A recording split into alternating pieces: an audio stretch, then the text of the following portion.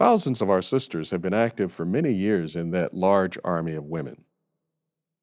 Bertil Kapelian, a special pioneer in West Virginia in the United States, entered the full-time service in 1958.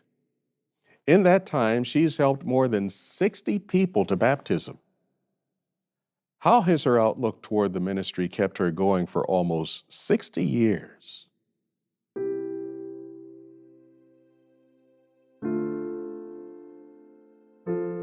My father was opposed to the truth as I was growing up, but my mother was very, very zealous. I knew the things my mother was teaching me was the truth. I knew that this was what I was going to do.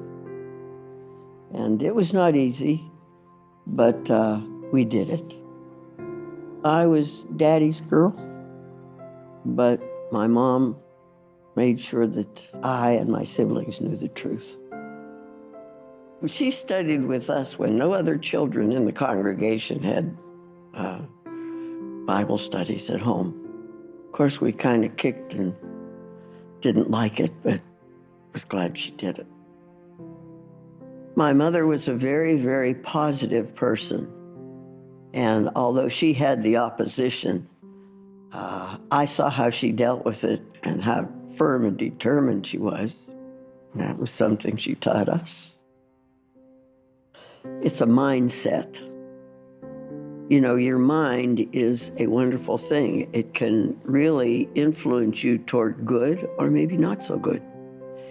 And so then I was determined in my mind that I was going to serve Jehovah then. In our congregation, there were brothers and sisters of the Anointed. They were always very kind to me, and they encouraged me. I worked in service with them, and I thought, that's the way I want to be. Children like attention, and so then if you give them attention, you talk with them and ask if you could work with them in the ministry. Then help them prepare a presentation and go over it and over it, and so that they're ready for the ministry, and then they'll enjoy it more. That was one of the things that the Anointed in the congregation where I was, they paid attention to me, and I loved it. How I learned to teach was I think about the person and I think about their situation, and I try to think in my mind what they are thinking. And I work on that and think of what kind of scriptures I could find to help them. And so then I try to pattern our studies to incorporate some of those things. There's always challenges. Some of the winters right on the lake where I lived were very harsh. And my trailer was parked in such a way that every time the wind blew and the snow came and the ice came, it sealed the door. And so then I carried a big knife in my car, and I would have to cut around the door to get the door to open, break the ice seal. It was interesting. I had some opposition in the territories, and one was this lady was very irate. And she went to kick me, and she kicked me right in the stomach. And so then anyway, I dismissed myself. Then, a while later, it was time to work the territory again. Nobody wanted to go there, and we didn't have do not calls, I don't think at that time, at least there wasn't any in the territory. So then anyway, I called by and I mentioned to her, oh, well, hello there. I know I've had the opportunity to talk with you before. Yes, she remembered. And I said, well, perhaps you were having a bad day that day.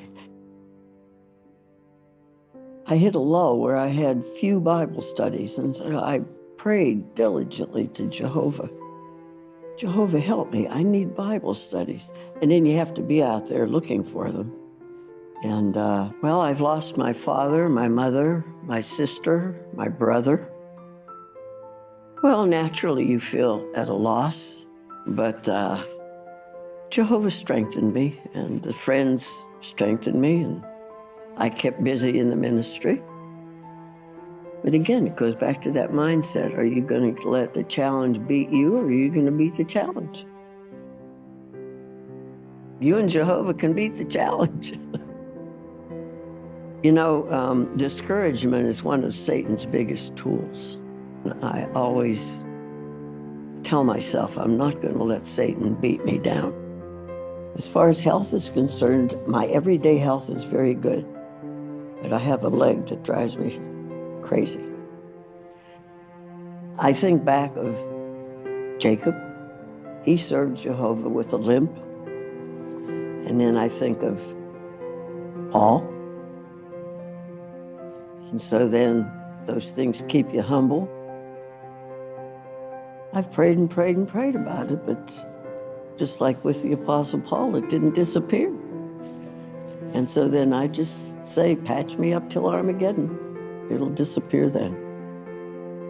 If your mind is made up that this is what you're going to do, this is your life, this is what Jehovah wants you to do, and so then you do it.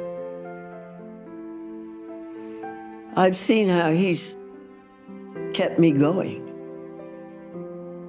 You know, that I've needed work, I've needed money, I've needed strength, I've needed companionship, because a lot of times I'm in the ministry by myself. I talk to Jehovah. And so then he's always there for me. I definitely want to keep pioneering or serving Jehovah the best I can, regardless of what comes up. There is nothing more joyful than to see that you have helped somebody live forever. Well, how much better could it be?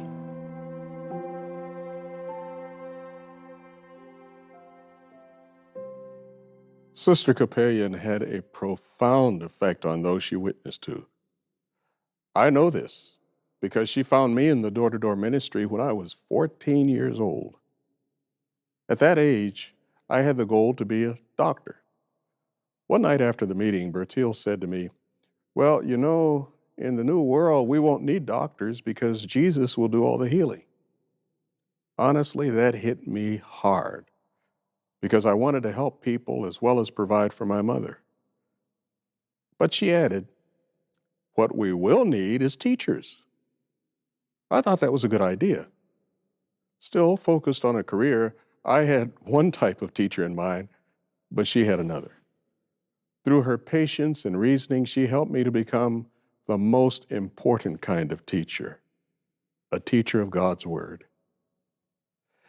Is there someone like Sister Capellion in your congregation? We are grateful for these sisters' zealous spirit and for the personal interest they show toward us. And we're sure Jehovah values them like we do.